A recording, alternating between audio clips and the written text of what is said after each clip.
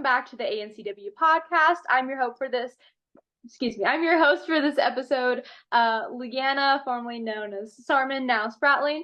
And so now that we're back into the swing of things, I'm here with Ruth Coffey, who is the current ANCW, American National Cattlewomen's sitting president, and she's coming to us all the way from Oklahoma. How are you doing? Thank you, Leanna. I'm glad to be here. We are grateful to be having you. We know that you're extremely busy with all of your presidential duties. So to get us started, we recently had our summer business meetings in San Diego in early July. Do you want to kind of talk about what the summer business meetings are, what they entail, and what ended up happening? General recap.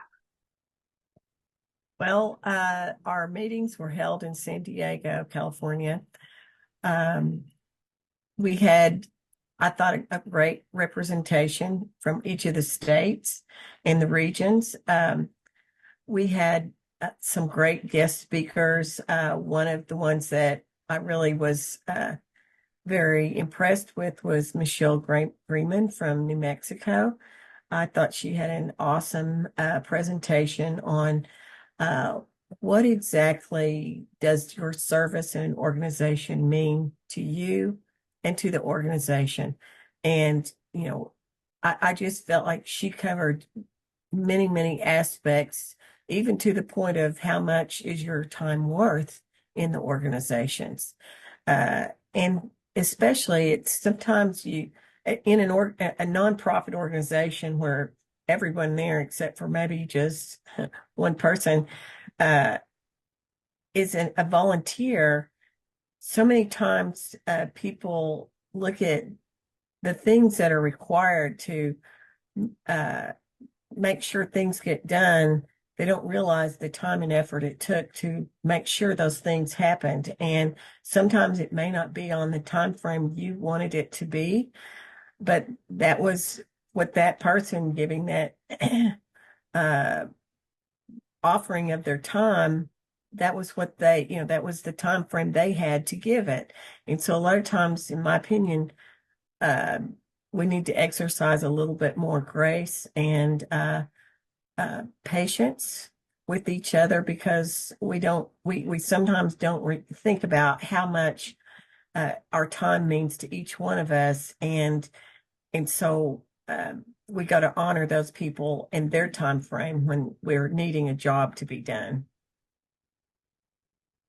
Most definitely. I've seen with organizations even starting as small as 4-H is when you start asking too much from somebody and almost start alienizing them, they don't really have a reason to stay. They're not being paid to be there. And so whenever it comes to these volunteer positions, which is what ANCW 99% of the time is, it's important to give each other grace, because otherwise there's outside of the community and the passion that we have for this industry, there's not a reason to put all this work into something that you're not getting paid for if it's not appreciated. Right. Another portion of our meetings in San Diego involved committees getting together and having a meeting where they discussed things they wanted to bring forward, things that have already occurred, and how do we go forward from here.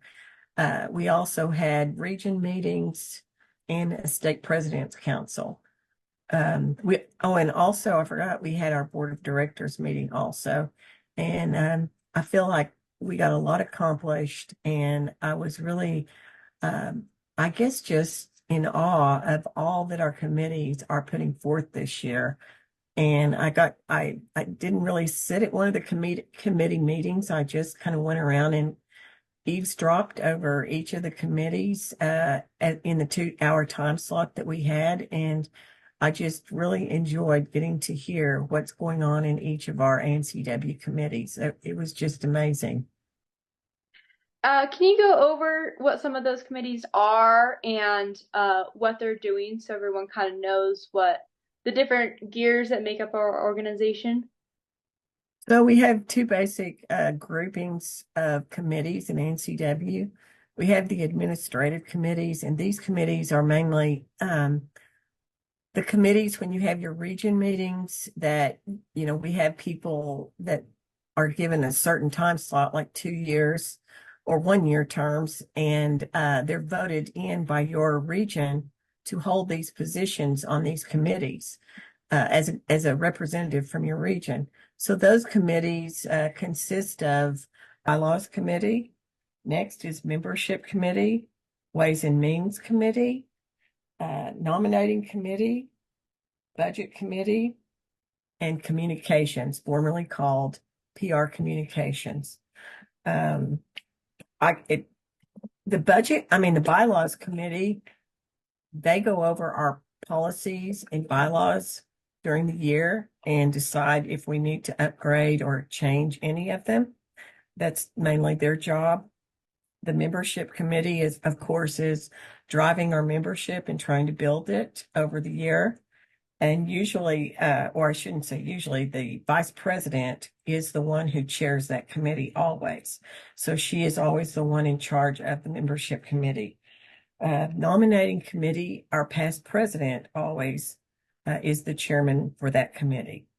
The budget committee is one where we try to manage, figure how much we're going to need for the year, and then try to make a budget for all the committees and all the groups that are needing to operate from the budget. That's what the budget committee does, is try to figure out how everybody can get a little bit of money to make it through the year. Our communications committee basically is Leanna is part of this right now. She is giving podcasts, and they also do the newsletter, our social media websites. They maintain those, and any types of correspondences that people might have that they want to submit articles for the newsletter. They also are in charge of that. And so they have a really big job. I mean, we didn't realize until this year how big that job really is. And so I'm super proud of our communications committee, because they are the rock stars of our organization that get the word out what we're doing and how people can get involved. And so I'm super proud of them, especially. Our Ways and Means is another committee that they not only kind of maintain our website for online purchases if you want to buy things, but they are also a big help to try to find and generate funding for ANCW to go into each year. And they have a huge job trying to make sure we have money each year to operate from. And I'm really proud of them, because I know they've got a huge job ahead of them to try to make sure we are a working group that's debt-free. And to do that, we have to have funding for it. So anyway, that's an awesome group. If anyone wants to, this is something I tell at the meetings, the state meetings. These administrative committees that I just went over, most people have to be nominated to be, a legitimate person on that committee. But ANCW will accept any volunteers. If you want to join any of these committees as a volunteer, you can still be included on the meetings and be able to have a say so. You just will just be a volunteer until you can be nominated from your region if you decide you want to go further into that committee. So that's kind of how those administrative ones work. Now, the second set of committees that we have, they're called the marketing committees. And these committees, literally, you don't have to be voted into these. You can join them anytime and any day. And these chairmen would love to have you as a part of their committees. And the marketing committees consist of like our Wired, we have that, the CBAP program. Could you go over what those acronyms mean for our viewers who might not sure. be as familiar? Yes. So the Wired is called Women in Ranching Education and Development. It is a program that is geared towards, they go out to the regions and other places representing ANCW, and they have hands-on learning experiences for people, learning how to have safe practices on the farm, like when you're working your animals, or um, they've had people that were that came and talked to people about generational transitioning. They have several type topics that they include in these wireds, but mainly they're trying to help people learn how to take care of their animals and their facilities and be safe about it. And anyway, they have got some great opportunities in there for women to, uh, if they want to be able to network with other ladies who are also in ranching, or if they want to possibly get some information from the sponsors that help with the wired, to use on their own operations. It's a great committee if you would like to be involved in that one. The CBAP committee is Collegiate Beef Advocates Program. And this one, collegiates are able to apply to be one of these collegiate beef advocates. Sorry about that. And they are able to, there's a nomination form that you have to fill out, and it needs to be filled out by June the 1st of each year. And I think this year they actually have some graduate students that have applied to be the collegiate beef advocates. So I think as long as you're in college, whether it be, a secondary level or the first level, that's up to you when you want to apply. But it's a great network, also great networking opportunity with uh, people from all over the different the different ways that we use agriculture, all the different people that represent these different ways are how we can be able to network and learn all we can through the CBAP, the Collegiate Beef Advocate Program. They also are able to have a college intern position during the annual conference, and they are able to help at our meetings. And we have a emerging leaders luncheon that we put on each year, and it involves people in the agriculture industry being able to network with all these collegiates. And our CBAP ladies can also help to coordinate and help this ELL program be a success for us each year. And so there's all kinds of opportunities if you want to pursue the Collegiate Beef Advocate Program. Another committee, the marketing committee, is our Golden Cowbells Committee. I don't know how many of you have gotten to learn about this committee, but it's a newly formed committee, and it was started in hopes to try to connect all of our older members who we had lost track of. And it provides an opportunity for them to put articles in our newsletter.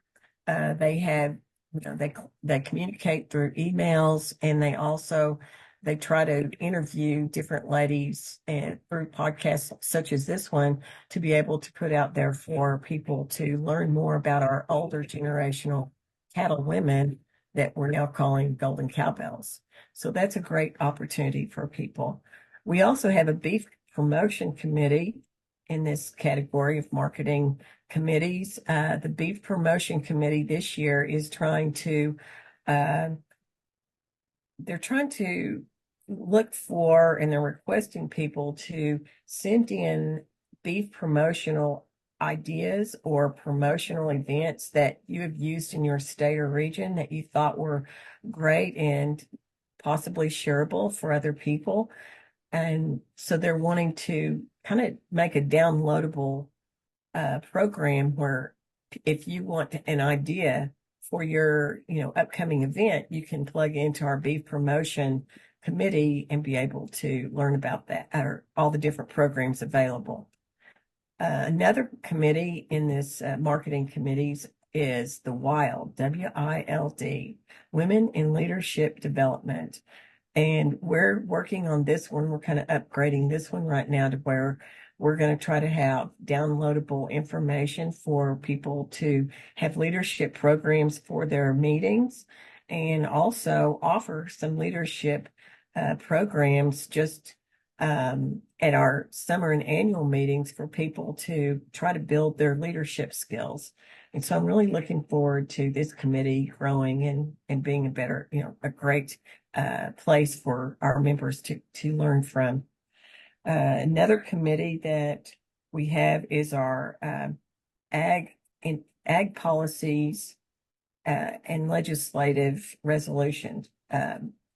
And this one is the one that's really great if you're interested in leadership skills to deal with different policies and legislations that are coming down that you feel your members need to know about, or you want to go. And we offer a trip to Washington where people can go and learn more about how to approach their congressmen and legislators and be able to come forward with the latest issues in your community and state that you feel like is something that's important to the beef industry, and what can we do to improve this.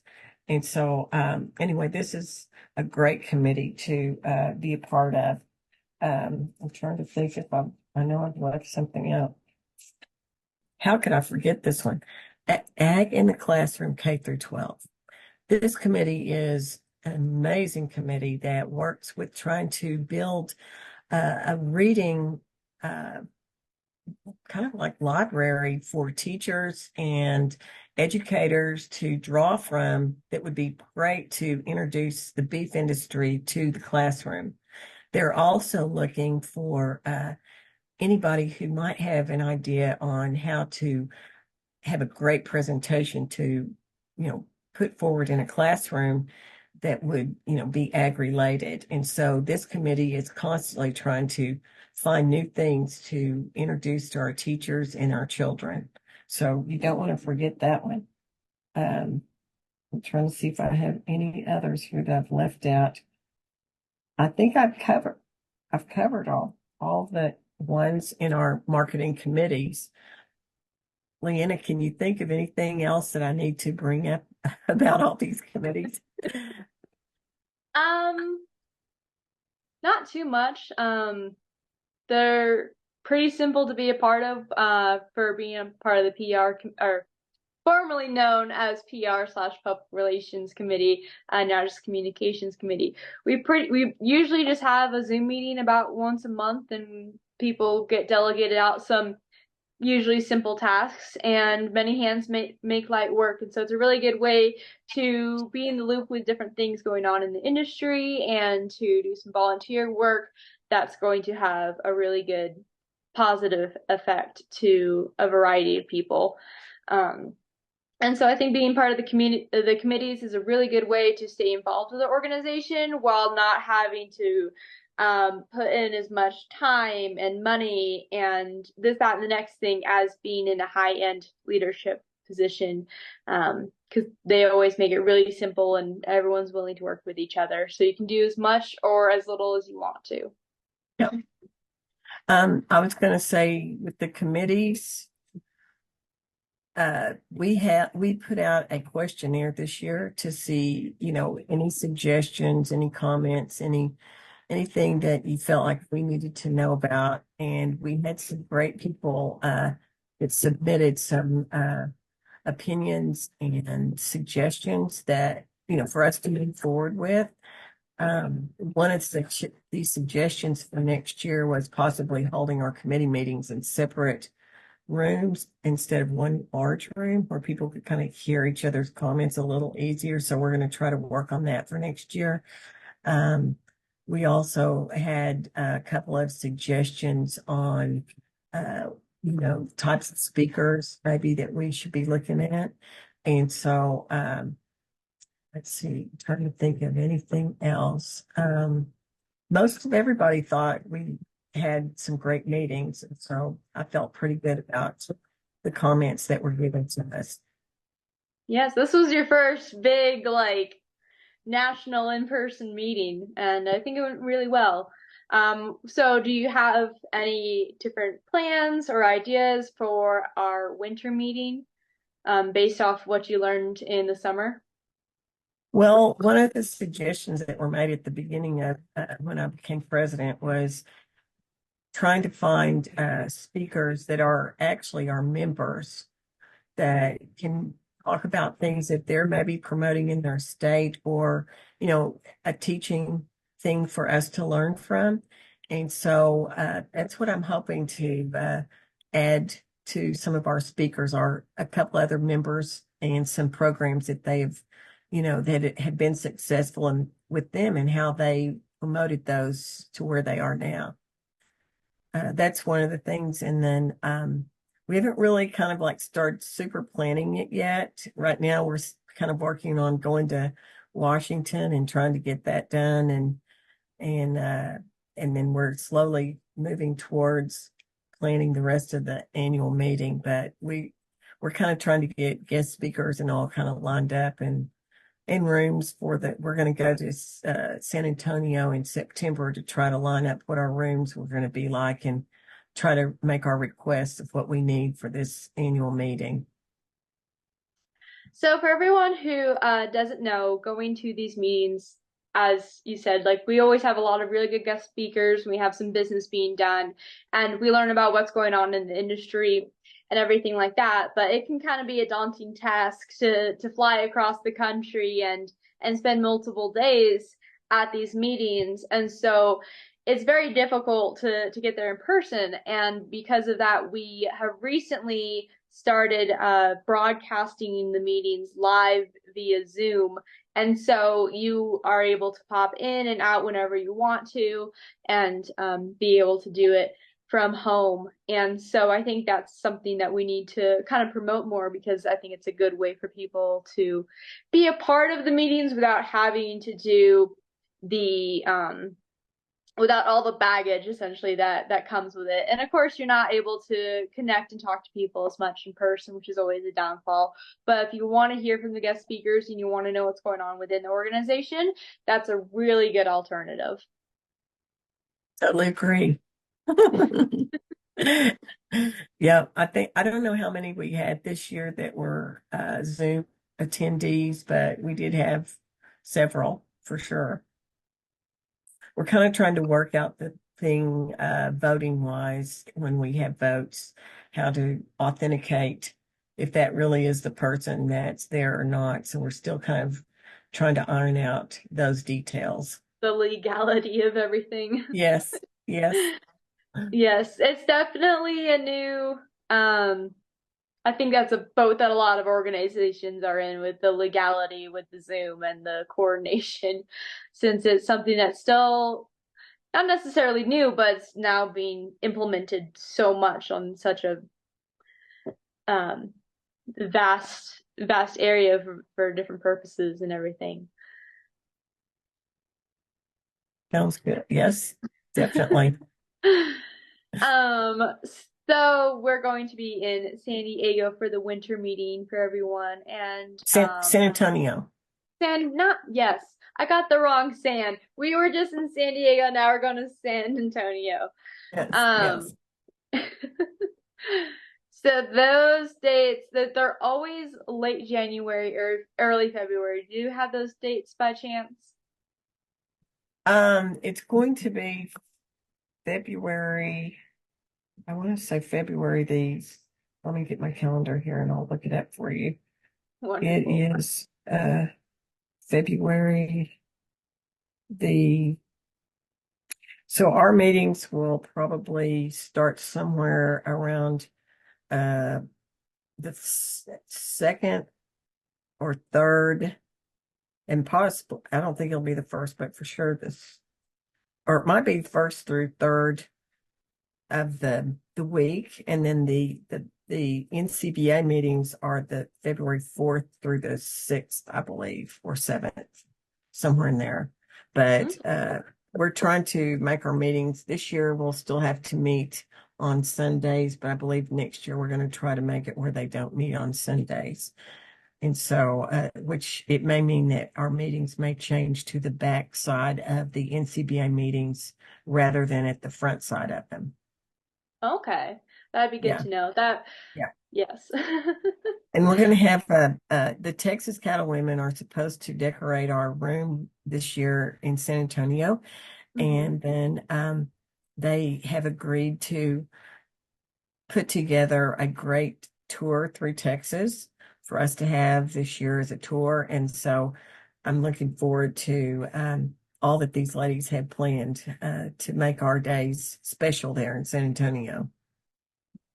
I'm sure that they have plenty of tricks up their sleeves.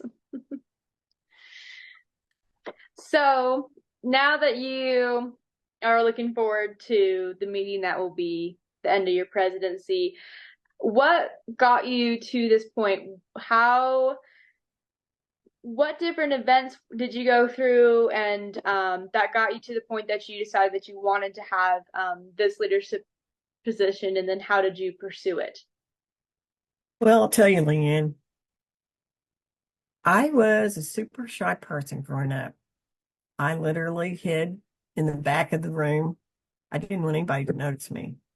And so when my parents were trying to get me to do public speaking in 4-H, I ran to the back side of the 40. I did not want to have to do that. And so when I was about 2013, the president that we had then in Oklahoma Cattlewomen, she wanted me to go to it turns out it was the last international cooking show that was held in Washington, D.C. that ANCW participated in. I didn't know a single person there. I was an ANCW member, but I didn't know a single person, and I was super out of my comfort zone. But it was because of the ladies in ANCW that were there that made sure, A, I didn't get lost in Washington. B, they guided me all through Washington. And I still to this day am just super am thankful for the friendships that I made at that beginning meeting or opportunity, event, however we want to call it. But it was, I'm going to tell you, it was just a great, great opportunity to get to know ANCW ladies and see them all working together. And it was an amazing experience. And so as I got to know some of these ladies through time, they were like, you need to join committees. You need to get involved. And so I started just being a volunteer. I wasn't nominated for anything. I just wanted to know if I really wanted to be a part of this organization or not. And were these ladies really as friendly as they seemed in Washington? So I just started attending the meetings or the committee meetings as just a regular volunteer. And over time, uh, an opportunity arose for me to be voted in on the communications committee, believe it or not, Leanna. And I served in that committee under a very awesome lady named Beth Anderson, who was our chairman then. At that time, we had membership and communications. And believe me, you talk about big jobs. And we had all these young ladies who were just, I mean, on board to get us involved in social media and all the different avenues of it that committee just took off. And at the end of Beth's chairmanship, they had divided those membership and communications into two separate committees, and they still are today. And they both have grown from their initial time together. They've just expounded both of those committees. And so that was how I actually became a bona fide working person that was, voted in was through the membership committee. And then later I was chosen to be a region director, and I got to do that, and it really was a great, great experience. And then finally I worked my way up to nominate filling out a nomination form to be a vice president. In the meantime, I was also a state president in Oklahoma during some of that time too. I didn't mention any of that, but Oklahoma was a great supporter for me and helping me build my confidence and my love of the cattle women because I this year I've learned it wasn't something I really learned. I knew it all along that no matter what state you visit, the most wonderful ladies are cattle women. And I've enjoyed every one of the states I've gotten to visit so far. They've all been just outstanding cattle women that are super great at representing our industry. I can definitely relate with you with being the shyest person in the room. I have a very similar story. When I was little, I could barely even talk to like my aunts and uncles, like fellow family members. And my mom said this will not do, and she made me do livestock judging and made me start doing reasons, and that expounded into competing in public speaking and 4-H and FFA and becoming a state officer, and just always pushing the limits of talking in front of people. And it seems so simple on paper, but it's actually like America's like number one fear. And so getting kids started early just talking in front of people, I think I've seen such a big difference in people who did 4-H and FFA growing up, because it really just gives you such a strong kickstart. And so I thought that was kind of funny that you were very shy and then your parents made you do 4-H as well. Oh yeah, I had to do bread demonstrations for a while there, and we had matching outfits and everything, and it was a great opportunity, but those are some pictures I don't let out too often. We look pretty silly. And I will tell you this, I did make sure all of my kids were good at, orations. I mean, they far surpassed me as far as being able to speak in public, but I wanted to make sure they didn't ever have to feel like they couldn't do that. That's just so important in today's time, I believe. And it doesn't matter like where you end up in your career or in life, like you're going to have to be able to communicate with people, and whether that's one on one or in a group setting or like as being a presenter, like being able to formulate words and sentences in a way that's going to connect with your audience so that they can understand and relate to you and pay attention throughout your whatever you're talking about is definitely a skill. And like I said, it doesn't matter if it's one on one or a big group, you're going to have to do that at some point. And so I always think it's really important for people to from a young age start building that up because it is truly a skill. Totally agree with you. I'm just glad that young people like yourself are out here and you're starting out so young to do these miraculous things like podcasts. It's awesome.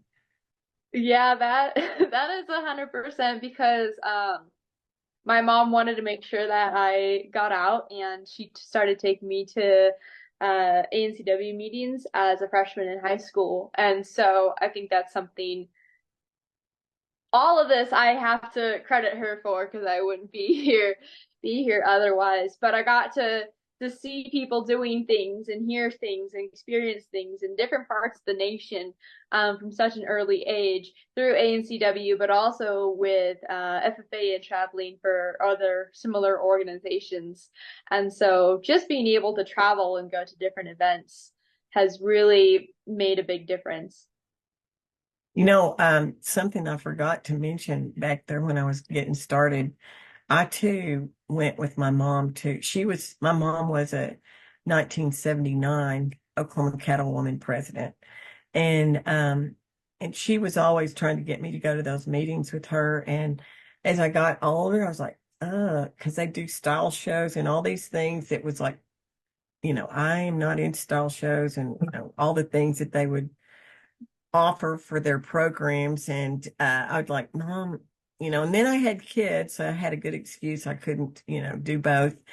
But when my mom passed away, that was the place where I found a very, very comfortable place with ladies who, some of them were still there that knew my mom, but also they reminded me of the good ladies that were there when I was telling my mom no, I couldn't go, that were so friendly and kind and wanted me to be a part of things. And they were still the same ladies, just a different time frame. But I really appreciated all the kind, sweet ladies that were a part of and still are a part of our Cattle Women memberships.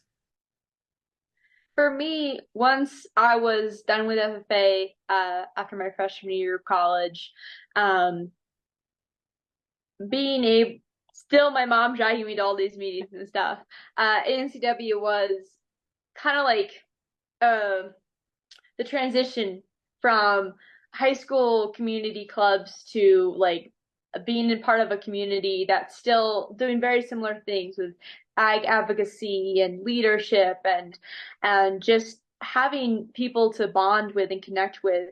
That was definitely something that I think I needed, from transitioning to always being around all these blue jacket people to now being all around these cattle women. Just another organization that does so many things to uplift you and be kind to you and to go places and meet people and to make friends and learn things.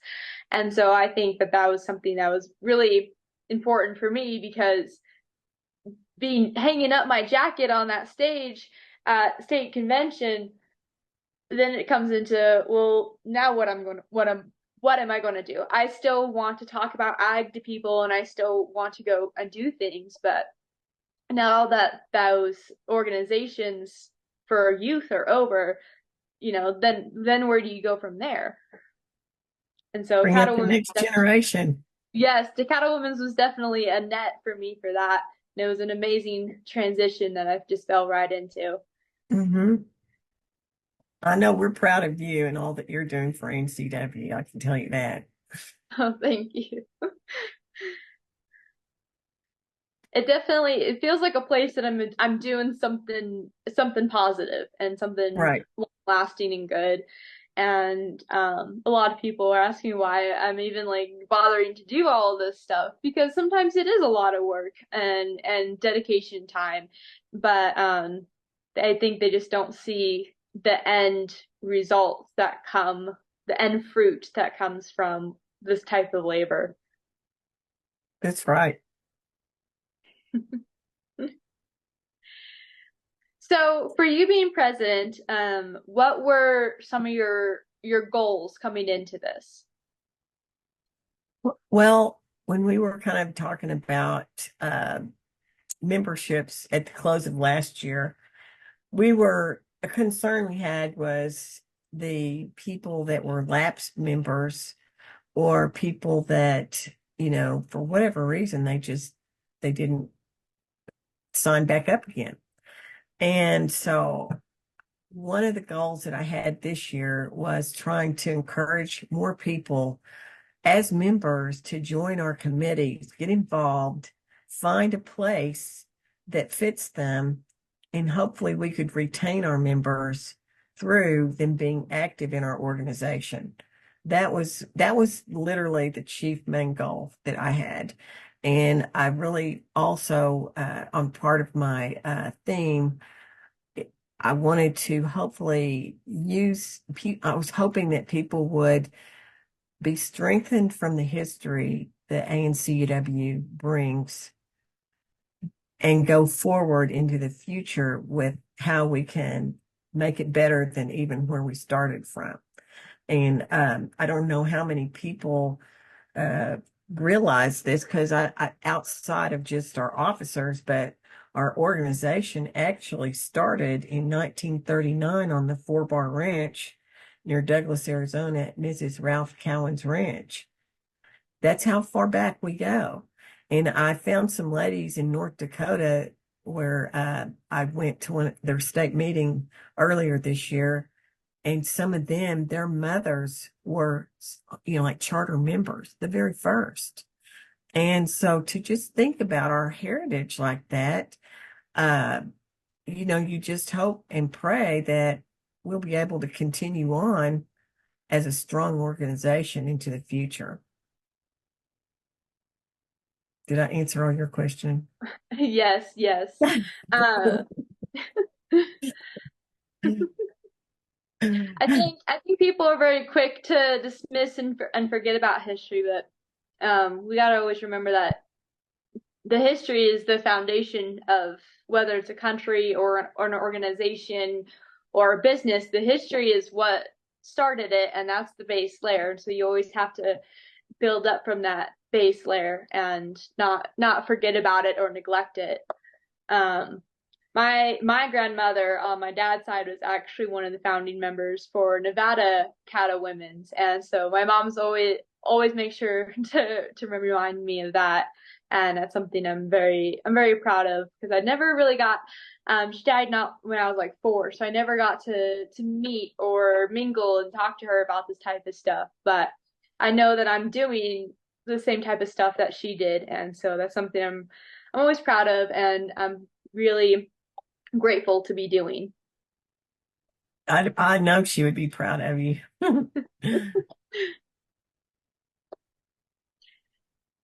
Well, I don't know if I have any more questions for you. Is there anything else that you would like to tell the audience while we have their attention? Well, I just would like to stress that we always need members on our committees. So if you would like to get involved, contact myself or Ashley, or we can get you, on the road to one of the committees, direct you to the right chairman, and just know that we all appreciate everything you do. I do, from the state level all the way up clear to the national level, because our volunteers are just the grassroots of our organization. And we would not be here without each of our members out there trying to help us be a better place than where we were yesterday, even. So that's kind of what I hope for everyone to please be a part of ANCW and find your place. I think the beauty when it comes to ANCW and our committees is that you can do as much or as little as you want, and it's super easy to be a part of, especially now that we're utilizing so much Zoom. But also, there's so many different committees, and so whatever talents that you have, they can be utilized by this organization because we have our fingers in so many pots and are trying to go so many different directions. We need a variety of different people talented in very different ways in order to keep this organization running. And then for everyone who is interested in becoming a member or to join a committee, you guys can visit our website, ancw.org, I believe. Yes. And on there, you can find a bunch of different information. We just finished revamping it. And so you can find the contact information I believe your information is on there. Yes, it is. And then, okay, perfect. And then we also have the information for Ashley Hughes, our executive director. And so that'd be a great way to start is to visiting our website and going from there. Thank you so much for letting me be a part of your podcast tonight. Thank you so much for your time. We greatly appreciate it. Be sure and contact me if you have anything you want or need. I'll be glad to try to help you any way I can. Well, we greatly appreciate it. Thank you so much for your time.